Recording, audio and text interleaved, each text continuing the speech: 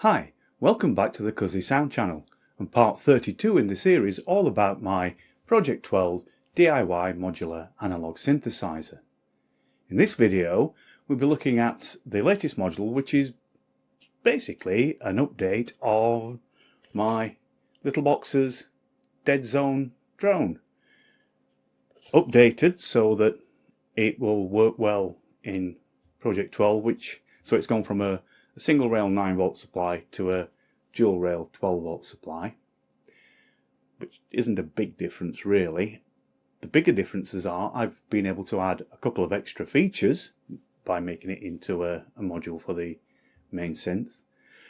The first extra feature is that the outputs from the pair of modulated VCOs are now going into a summing mixer, so you can adjust the relative level of each of the outputs. The other main feature is that in the original box, it simply this one modulated this one and this one modulated this one, so parallel modulation. I now have a switch that allows me to do cross modulation, so that one will modulate that one and that one will modulate that one. More about that later, and you'll kind of hear what it sounds like when we do the demo.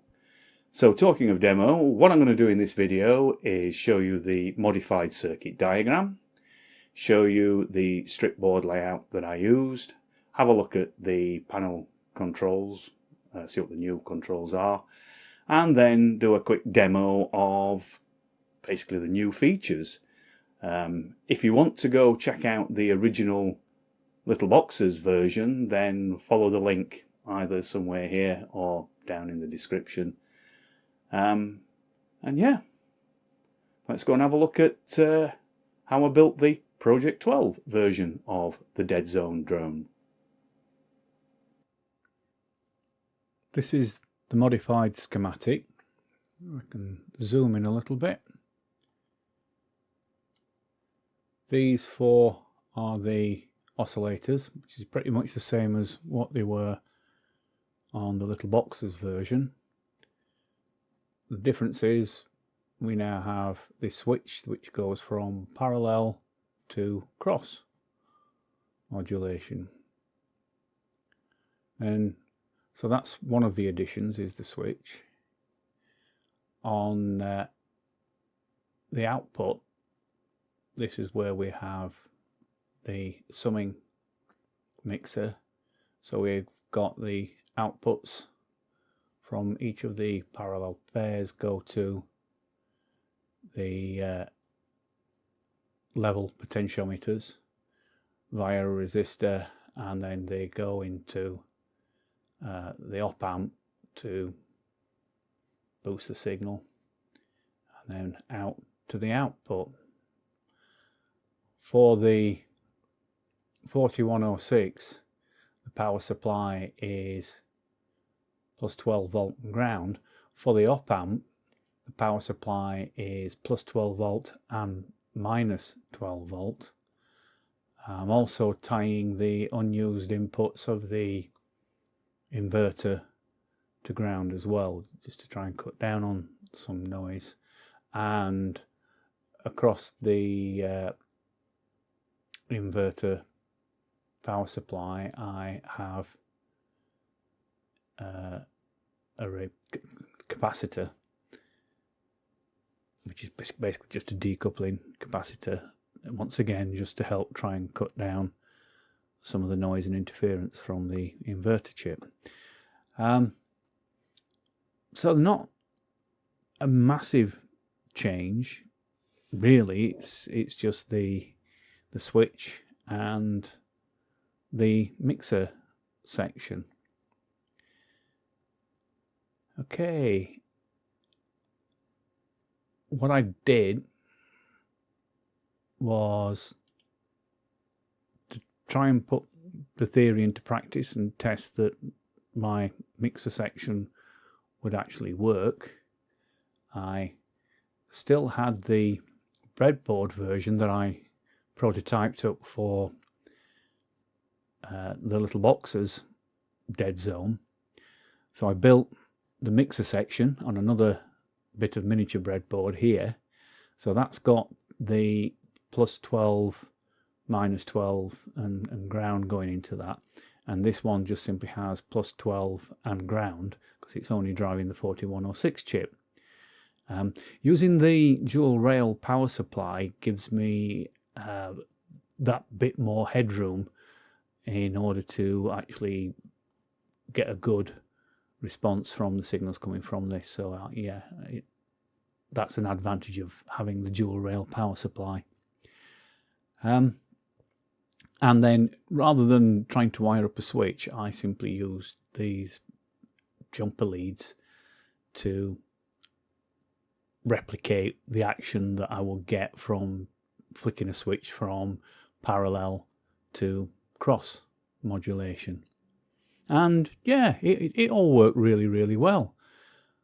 So I did a strip board layout for it, and strip board layout looks like this. Reasonably straightforward and fairly compact. The thing with it, this is how you get the parallel and cross modulation on the switch. That's how you wire up your double pole, double throw switch to get your parallel and cross modulation switch over. You can see there that's the dual rail power supply, although we only use plus 12 and ground to the 4106, but we use plus 12 and minus 12 to the TL072. And when we put it all on the board, it looks like this. Looks quite complicated with all this wiring. It's just that there's 6 potentiometers on there. And of course the LEDs aren't actually on the board, they're poking through the front panel. So there's these leads are the orange and red leads are the ones that are going to the LEDs. If we look at the front, they're the LEDs poking through the front of the panel. So you've got a bit of a departure from what I'm usually doing with my module panels. They're normally anodized aluminium, so they're kind of a matte grey kind of finish, and then I use brightly coloured potentiometer knobs and things. But influenced by the little box's dead zone, which was in a black coffin-shaped box, I thought I'd have a go at a black panel. So this is acrylic paint that I've used on this panel. Not as durable as I'd like it to be. At some point I may repaint it. These knobs, these are great little silver knobs that I picked up in a second-hand electronics shop down in Lincoln, actually. But they look great against the black background. So you've got VCO1, VCO2 and the level control for that output, VCO3, VCO4 and the level control for that output. This is your switch that goes between parallel and cross modulation, and then you've got the output jack. What I will do, the circuit diagram and the strip board layout, I will put them on the Cuzzy Sound Drop box, and you will find a link to those in the description to this video. So that's how I put this particular module together. Let's go and hear what it sounds like. Here is the module in situ. As I said earlier, it's a bit of a departure from my usual design layout. The silver panels, anodized aluminium with brightly coloured knobs. So we've got I've painted it matte black. As I said, I might go for a different paint job. I'm not sure how durable this one is. And I've got these silver knobs, which I picked up from the second-hand shop. But just to recap, there's very little labelling, so just to recap, we've got VCO1, VCO2, VCO3, VCO4, level 1, level 2, modulation switch, and the output. So with the switch in the down position, we've got parallel modulation, so 1 is modulating 2 and 3 is modulating 4. Let's bring some sound up and we'll see what we've got.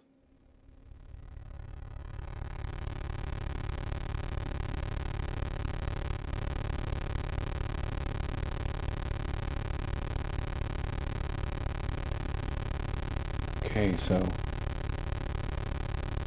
this is the modulation one.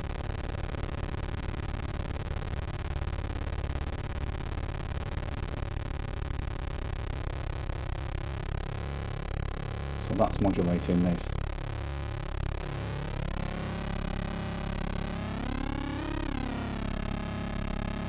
And then that level is now controlling what's coming out of there.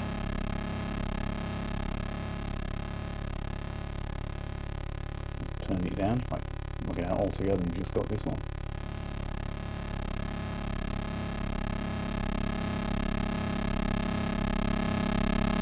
Turn it right up and it's just about swamping out the other oscillator.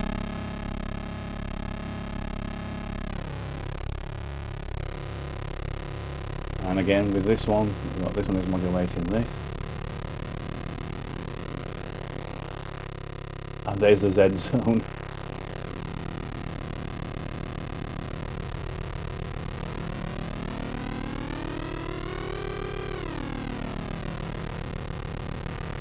And this level controls what's coming out of here.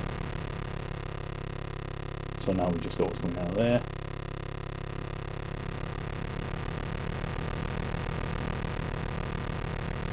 So we've got them both. Now, looking at the modulation switch, one of the things I've done, I've used a double pole, double throw. Turn this down a bit. I've used a double pole, double throw, but with center off. So if I now go to the center, what I've actually done is turn off the modulation for these two oscillators.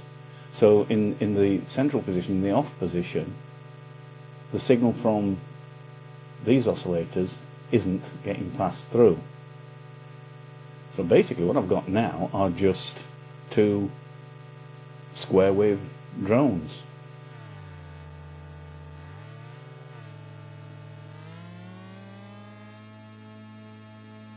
But I've still got level control.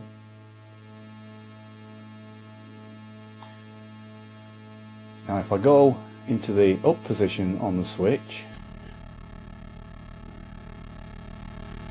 I've now got cross modulation. So that VCO is modulating that one and the output is coming through level 2. So VCO1 is modulating VCO4, but the output is coming out of level 2, and VCO3 is modulating VCO2 and the output is coming out of level 1. So if I turn that,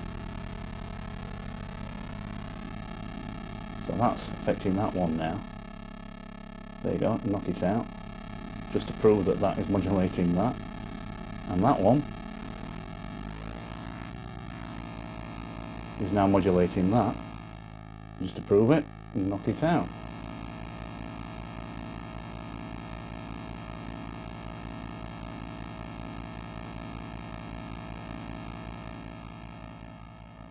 So just a very quick basic demo to show you what the new features provide in the Dead Zone 12 module. There you go, the Dead Zone 12 drone module in Project 12.